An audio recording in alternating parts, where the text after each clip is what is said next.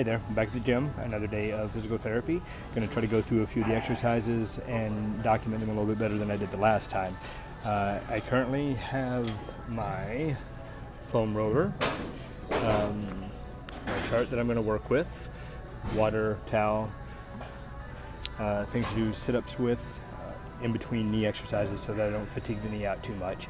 I had a really hard workout yesterday, so the knee is a little bit tired from that. That's the best way to put it, I think. So I'm going to go pretty light on the knee today, mainly just doing stretching and probably not very much that would move me laterally and engage the stabilizers.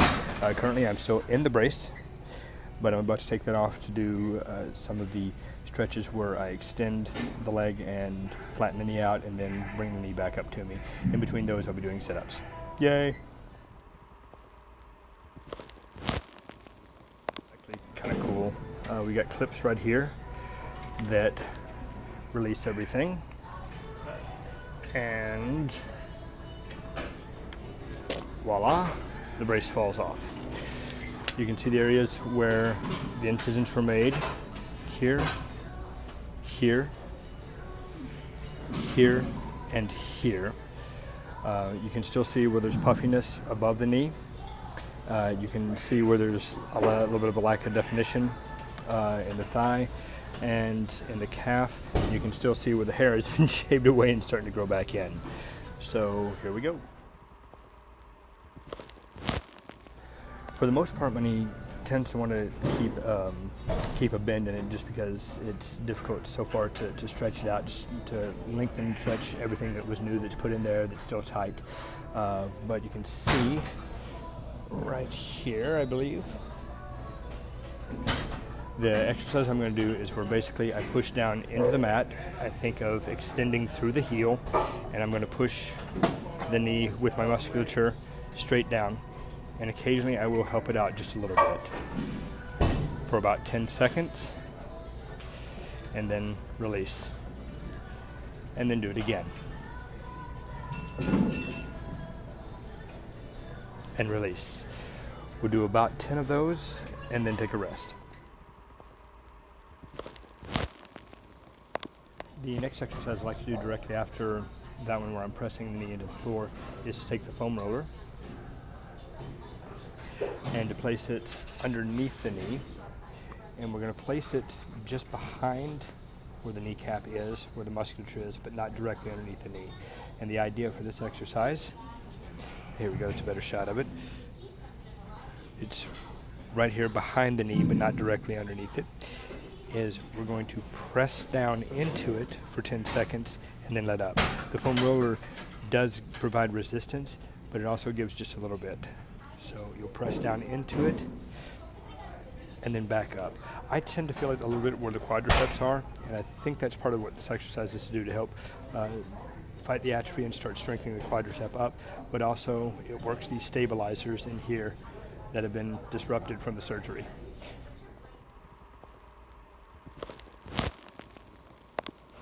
Okay, this one is one that I hate, but it's also one of the most necessary ones.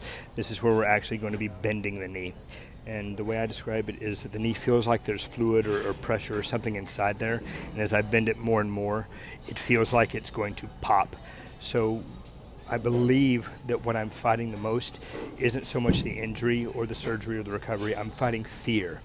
I'm afraid that I'm going to hurt myself again. And that's probably the biggest thing to try to overcome when you have an injury like this, is the fear of something happening. So basically, I anchor my heels in and I press forward into a sitting position.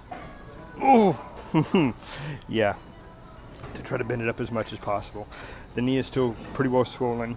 I feel it across the top of the knee, and I feel a little pressure in the back, but mainly across through here. Hold it for about 10 seconds and then release. Forward. Now, as you're working into it, if you want to add another level of pain to it or a level of recovery, try flexing your ankle slowly, and you'll feel the pressure start to build up some more. I don't know what that works. I just know that I feel more pressure there. And right now that's the gauge I'm working with. The more pressure that I feel, the more it seems to work stuff in there. And I tend to have more flex within the knee later on in the day or the next day. And the idea, of course, is to eventually get the knee to full flexation and extension like the one that I did not have surgery on. So,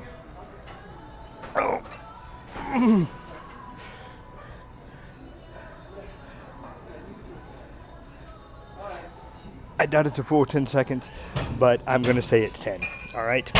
Yay.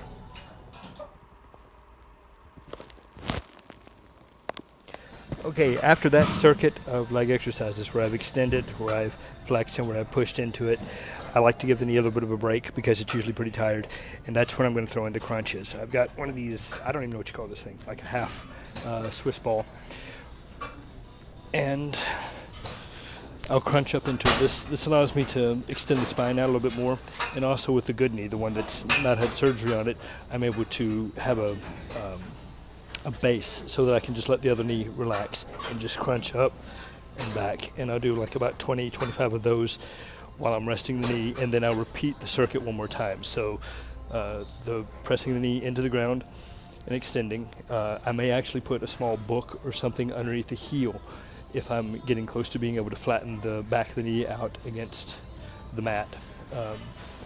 Continue with pressing into the foam roller, and then bending and flexing the knee up as much as possible, then the sit-ups. So that'll be an entire circuit for this. Yay!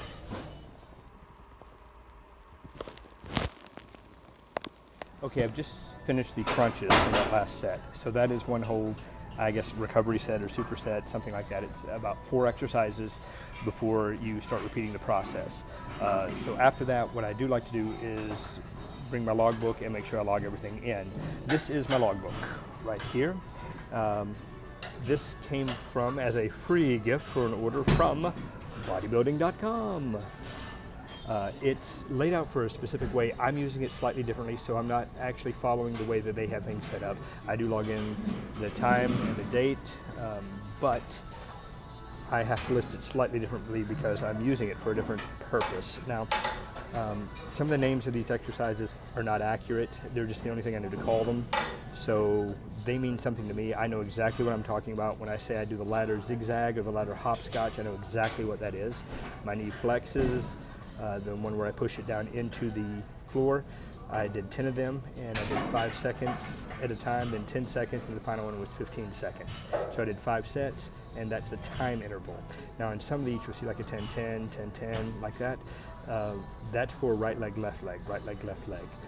So like I said, I kind of modified the way that I write it down so that I can keep track of the specific recovery that I'm doing. And I can also make some notes. From there, I take the log at night when I'm trying to go to sleep and I can't, and I log it into the bodybuilding.com website. They've got an online community. I'm not exactly sure how it works yet, but I'm trying it out.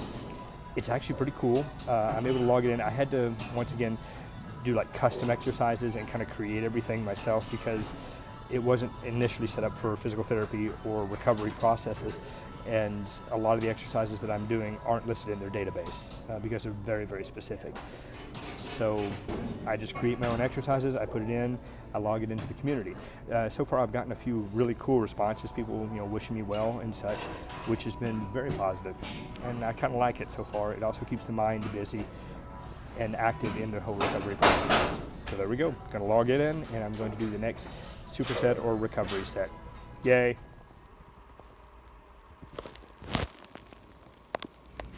Okay, I'm a little over 3/4 way through my workout. I was planning on doing 5 sets. I've just completed 3 of them with the knees. I haven't done the crunches yet, but after the knee bends, where I try to flex the knee as much as possible and bend into it, I oftentimes have to wait just a little bit. Like I said, all that pressure I feel in there, and I will do something like a massage. I remember them doing this to me when I first started physical therapy. They would massage around the kneecap and such. So basically, it's just massage around through there and through there, Not too hard, but just enough. Luckily, I can see my kneecap finally, which had disappeared for a while. Oddly enough, I don't have much feeling through here. I don't have hardly any feeling at all down where that scar is. I feel all the pressure on the inside of the knee, as if there's pressure fluid, something that's in there. And like I said, the biggest thing that I'm fighting is fear. I have a fear that I'm going to injure myself, or a fear that something's going to pop or break.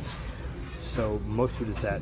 However, when I am doing the knee flexes, there is a unique and weird type of pain that's like a pressure pain. So oftentimes I will massage around the kneecap for a little bit, and that usually helps that out. Yay. Here's what we got. For the next set of exercises, we're going to be doing just a straight leg raise. Basically, I've pretty much laid back. I can brace with this one or put it down, and I like to keep a knee bent just so I can get an idea about how far up I need to bring the leg. And it's literally just raising the leg up and back down. I do like to think of pushing through the heel, and that tends to take a little bit of pressure off of everything else. Working the muscle groups through here, once again, basically just fighting atrophy and strengthening the thigh muscles. After that, we'll do a bent leg raise, and I'll show you that in a moment. Yay! Now we're back for the side knee raises. I do these with kind of a bent knee, and what I like to do is, as I bring it up, I like to try to extend, once again, going through the heel, as if I can get a little further away, and then back in. So I'm actually flexing the knee a little bit as I do it. I'm taking these very slow. These are going to work throughout here. And then with both exercises, straight leg and bent leg, I like to do them on both sides just to get the same range of motion through each. One last kind of unique note, I finished the workout, then I went to put the brace back on, and one of the things I did not do is I didn't readjust the brace when I had it over my pants as opposed to when I just had it over my skin. Sometimes you have to readjust just a bit because the pants, depending on how thick they are, won't let the brace sit really snug on you, and it'll like fall down, all that kind of such. Finished the workout, put the brace back on, and I noticed that it was actually pinching up in certain parts of the skin. Now, granted, I did not readjust the brace for the pants, so I'm hoping this means it's basically blood flow and the muscle swelling just a little bit, as opposed to fluid buildup, which is what I experienced right after surgery. Right after my surgery, I had a lot of fluid that was within the knee and such, because that's part of how they go in there. They will put like a saline or something in, basically a fluid in, so they can work on it. And that fluid, I'm guessing your body absorbs it, and you pass it out through urination, basically, I think. And that's also the reason why I was able to lose within the first like 4 days 7 pounds, and then the next 4 or 5 days I lost another 6 pounds. I believe it had to do with like that fluid retention and releasing some of it.